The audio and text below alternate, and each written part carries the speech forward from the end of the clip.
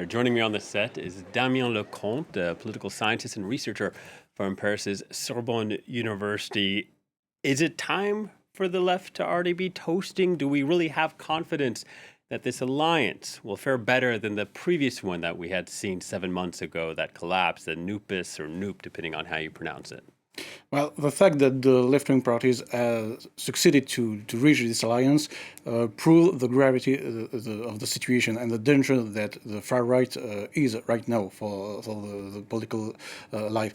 And what is quite different with this new alliance is that the hard left, the France Unbowed, La France Insoumise, is not as dominant as it was before, because the European elections...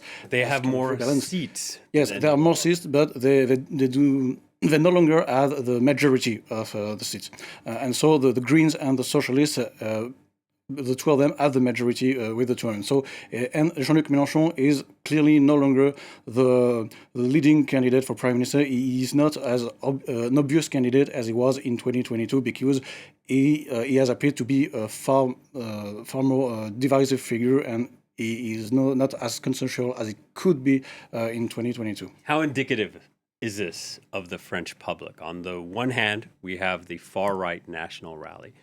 If you listen to this popular front, they're the only viable alternative. But as you mentioned, there's a far-left element within there. Is the majority of the French public split between these two people?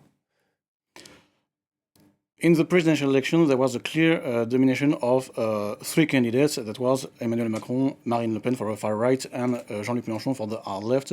And even if the left is more diverse now and more balanced between its more radical elements and its more moderate Greens and Socialists, it is clear that the blocs of the far right and the left wing are now in the European elections were the dominant forces, because the Macronist coalition has clearly declined in this election. So now it seems likely that the left wing and the far right are indeed going to be the two dominant forces, but the Macronist center is going to try to interfere in this duel. And of course, in France, we have that 2-round voting system where we can sometimes see some surprises in round one, only to perhaps be corrected in round two, if you will, corrected in the sense that, like, maybe people vote for the preference in round one, trying to get leaders to shift their politics for round two. How do you think this plays out in round one?